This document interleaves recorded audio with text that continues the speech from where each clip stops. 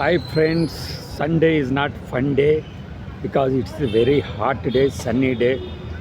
అలాగా ఈరోజు కనీసం ఒక 3 పొలిటికల్ వీడియోలు మిమ్మల్ని అలరించడానికి సిద్ధంగా తయారు చేశాను. ఒకటి రాత్రి బోయపాటి కరుణ విలాపం, దాని మీద సత్రకాయగాళ్ల విన్యాసాలు, ఇవన్నీ ఈ వీడియోలో మీరు నా నోటి ద్వారా వింటారు. ఈ మధ్యనే ఒక ఇద్దరు వైఎస్ఆర్సీపీకి అనుకూలంగా తెగ బాజా వాయించి ఇప్పుడు పూర్తి వ్యతిరేకంగా మాట్లాడుతున్నటువంటి ఇద్దరు వ్యక్తుల గురించి బాగా ఎంజాయ్ చేస్తూ ఉంటారు. కామెడీ కావాలంటే అవి చూడొచ్చని నేను చాలాసార్లు చెప్తాను.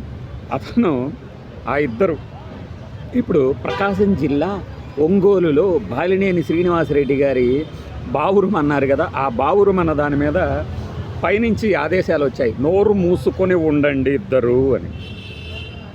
ఈ క్రమంలో ఈవిడ అధికార ప్రతినిధిగా ఆవిడ విలాపం చూశారు మీరు. ఆ విలాపం మీద ఇంకా చెప్పేదే ఉంది, వ్యూస్ కోసం ఆరాటపడే social media cum satellite media ఒక ఛానల్ డిస్కో పెట్టింది. డిస్కో అంటే డిస్కషన్. ఇదంతా మీరు బాగా వీడి గుట్కాలను వదులుతాడు అనుకోకండి, ఇదిగోండి ఈ అల్లంటి మహత్యం అనమాట. అలా కలర్ మారుతుంది అప్పుడప్పుడు. అయితే ఆవిడ విలాపం మీద సదరు కర్మగారు డిస్కో పెడితే, అంటే చర్చా కార్యక్రమం పెడితే, దానికి వచ్చిన ఈ బగోళీగాడు, ఈ తపేళ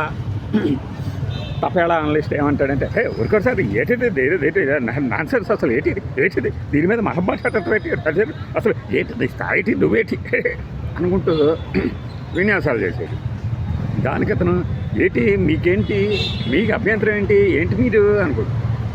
నాకు అర్థం కానిది ఏంటంటే, మనం ఫలానా వాళ్ళకి అనుకూలంగా పనిచేస్తున్నాం అని చెప్తే దాని అర్థం అవతలోడికి కూడా అర్థం కాకుండా ఎట్టబడితే అటు మాట్లాడమని కాదు. ఈ బోయపాటి కరుణ ఏమంటుంది అంటే, సదరు మా నేత జంపు జిల్లాని అయితే అయ్యి ఉండొచ్చు, కానీ ప్రకాశం జిల్లా జనసేనలో ఇక్కడ ఒక్క చోటైనా జరిగింది, ప్రతి చోట ఇదే జరిగింది కదా, వాళ్ళకి లేని ఇబ్బందులు వీళ్ళకి మాత్రమే ఎందుకు వస్తున్నాయి అంటారు. ఎందుకు వస్తాయి అంటే, మనం మితిమీరి ప్రవర్తిస్తే అధికార పార్టీలో నుంచి అధికారం ఊడిపోగానే జంప్ అయ్యి, అది కూడా చాలా ఇదిగా అన్ని పార్టీలు తిరిగి ఇక కుదరదు అనుకొని, ఇక్కడైతే ఎవడూ లేడు పెద్ద లీడరు, నా అనుభవాన్ని మీ మీద రుద్దుతాను, రంగరిస్తాను అంటే వచ్చింది. ఒరిజినల్గా ఎప్పటి నుంచో జనసేనలో, అంటే ఈ హెలికాప్టర్ నేతలు అంటారు వీళ్ళని, ఎప్పటి నుంచో ఆ పార్టీలో ఉన్నవాళ్ళం కాదనేసి ఈయనొచ్చి కూర్చో చేసుకొని, ఇక చూడండి రేషన్ షాపులు పంచుకోవటం అంట. పార్టీల మధ్య రేషన్ షాపులు ఏంటి అంటే, మీరు ఒక సంప్రదాయాన్ని అధికారికంగా కూడా నోటిఫై చేస్తున్నారా? పార్టీ కార్యకర్తలకే రేషన్ షాపులు ఇస్తారని అంటే రేషన్ షాపుల్లో అక్రమాలు జరుగుతాయని నిర్ధారిస్తున్నారా?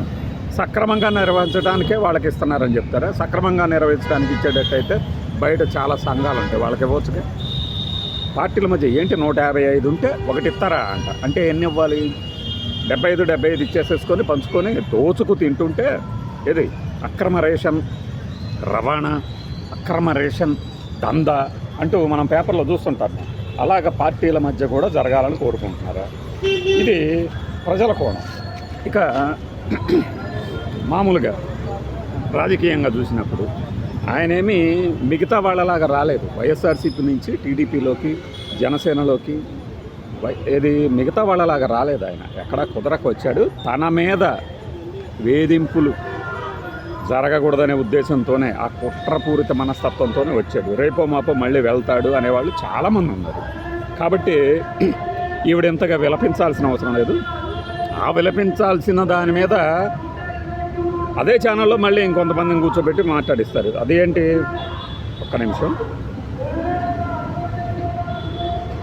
ఏమని అంటే, ఆయన సప్తగిరి ప్రసాద్ అని టీడీపీ నుంచి మాట్లాడతాడు, సటైరికల్గా మాట్లాడతాడు. ఓకే, మిగతా వాళ్ళతో పోల్చుకుంటే, కొంతమందితో పోల్చుకుంటే అతను బెటర్. అతని మీద కూడా రివర్స్ అవుదామని చూస్తారు. కొన్ని చంద్రబాబు నాయుడు గారిని మీరు సస్పెండ్ చేయండి, మేము బాలినేని సస్పెండ్ చేస్తామంటే ఏం మాట్లాడుతున్నారు? చివరికి ఎక్కడికి తీసుకుపోతారు దీన్ని అంటే అనుకోవాలన్నమాట అందరూ. అబ్బో వీళ్ళు తిరగబడ్డారు, అయ్యో విభేదాల్లో కూటమిలో విభేదాలు వచ్చేసినాయి అయ్యో అనుకోవాలని ఎవడనుకోడు. అంత అవివేకులు ఎవరు లేరు. వాటాల్లో తగాదాలు వచ్చినందుకే ఈ గొడవ అనే జనంలోకి సంకేతం వెళ్తుంది. సిగ్గు లేకుండా ఇంకా కొట్టుకుంటూ ఉంటే అదే అనుకుంటారు, నిజం అనుకుంటారు కూడా. ఇప్పుడు మిగతా చోట లేని ఇబ్బంది ఇక్కడ ఎందుకు వస్తుందంటే, మిగతా చోట లేని ఆ ఎల్లిగడ్డల కారం మనకు వద్దన్న కూడా వడ్డిస్తారే ఇడ్లీల్లో దోశల్లో మనకి పక్కన బళ్ళల్లో ఒంగోలులో అది బాగా ఎక్కువ తినుంటారమ్మా టీడీపీ వాళ్ళు ఇక్కడ. ఎందుకంటే వేధించి కేసులు పెడితే పాంప్లెట్లు ఎవడేయమన్నాడు? అతను నాకు సంబంధం లేదు అంటే, నీకు సంబంధం లేదు మెదలకుండా ఉండు, నీకెందుకు మరి? వేసిన వాడిని అరెస్ట్ చేయకూడదా? వేసిన వాడి తాలూకు సహకరించిన వాడిని అరెస్ట్ చేయకూడదా? కేసులు పెట్టకూడదా? ఇది నేను చట్టబద్ధంగా చేయాల్సిందే. చట్టవ్యతిరేకంగా చేస్తే ఎవడైనా అంటారు, కానీ దానికి ఏదో జరగకూడని అన్యాయం జరిగింది, ఎక్కడా లేనిది ఇక్కడే జరిగిందా అని ప్రశ్నించే బోయపాటి కరుణ గారికి ఇదన్నమాట. ఈ క్రమంలోనే ఏదో పెద్ద ఉమ్మడి కార్యాచరణ కమిటీలాగా కూటమి నుంచి ఒక లేఖ, కొంతమంది కావాలని మన పార్టీలాగానే బిల్డప్ ఇస్తూ సోషల్ మీడియాల్లో అవతల పార్టీ వాళ్ళని తిడుతున్నారు, కూటమిలోని అవతల పార్టీలని. ఇది చూసి నిజమైన కార్యకర్తలు రెచ్చిపోతున్నారు. అసలు సోషల్ మీడియా ప్రపంచంలోకి ఎవడెళ్ళమన్నాడు? నోటీసులు జారీ చేయటం, నోటిఫికేషన్ లాగా, ఏదో పెద్ద జాబ్ నోటిఫికేషన్ లాగా, దయచేసి ఆ ఉచ్చులో పడొద్దు అని. అసలు సోషల్ మీడియాలో పార్టీల తాలూకు దురాఘాతాలని ఆపేయండి, అన్ని పార్టీలు, సరిపోద్ది కదా. అదే అధ్యయం. అసలు ఇలా అవతల వాడి పేరు పెట్టుకొని అవతల వాడి పార్టీనే చిచ్చి నేను ఇలాంటి పార్టీలో ఉంటాను, నా దౌర్భాగ్యం, ఈ తరహా రాజకీయాలు మొదలుపెట్టింది ఎవరు అసలు? ఏదో పెద్ద ఆ ఉచ్చులో పడకండి, వీళ్ళకి తెలియదు. వీళ్ళందరూ ఎవరు? ఇప్పుడు మాట్లాడిన బోయపాటి కరుణలు, బాలినేని, వీళ్ళందరూ ఎవరు? ఏ పార్టీల వాళ్ళు? వాళ్ళ అమాయకుల, చిన్నపిల్లల, వాళ్ళకి తెలియదా? ఇది చూసి ఈ బగోళీ తప్పేలాగా వీళ్ళు డిస్కషన్లో పాల్గొని అసలు ఏంటది అదేదో మాట్లాడితే అధికార ప్రతినిధి అట్లా మాట్లాడతాడు. వాడికి అర్థం కానిది ఏంటంటే, అది ఒక రికార్డెడ్ వీడియోని వాళ్ళ ముందు ప్రవేశపెట్టి ఏమంటారు దీని మీద అని అతను ఆ కర్మ మాట్లాడుతుంటే ఇతను దీని మీద అంటే అసలు నువ్వెవడివా స్వామి? ఆ పార్టీల మధ్య తగాదాల గురించి వాళ్ళు మాట్లాడుకుంటారు. వీళ్ళకి వ్యూసో పని లేదు కాబట్టి వీళ్ళు మాట్లాడిస్తారు, మధ్యలో నువ్వేటట. ఇంకొకటి నేను చెప్తున్నాను ఇది అయితే పద్ధతి అయితే కాదు బాలినేని గారు. ఎందుకంటే మీరు అందులో ఉన్నంతసేపు ఎట్లా మాట్లాడారో చూసాం మేము అంటాడు ఇంకొకటి. ఎందుకే నువ్వేం చేసావమ్మా మరి నిన్న మొన్నటిదాకా? అంటే నువ్వు కొత్తగా మతం మూసుకున్నవాడికి నామాలు ఎక్కువ అంటారే, అలా బిల్డప్లు ఈ మాట ప్రజలకు వినోదం పంచే విషయంలో మాత్రం ఇద్దరు 100కి 100 మార్క్స్ తెచ్చుకుంటారు. పార్టీల మధ్య పోరుంది చూసారా, అది మాత్రం ఏదో పెద్ద అన్యాయం జరిగిపోతుంది, ఇక నేనుంటా, ప్రజలకు నేనుంటా. ఏ ప్రజలు? రేషన్ షాపుల కోసం ప్రజలు అడుగుతున్నారా? కాదు కదా.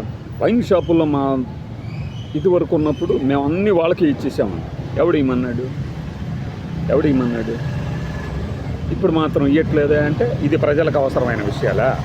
వీటి గురించి పార్టీలు కొట్టుకుంటూ మధ్యలో ఇంకొక పార్టీ చేరుతుంది, పుల్లలు పెడుతుంది. అయితే ఈ పుల్లలు మనం గతంలో పెట్టలేదా? అందుకని ఒక వినోద ప్రహసనంగా మారింది విలాపం అనేది. చూడండి.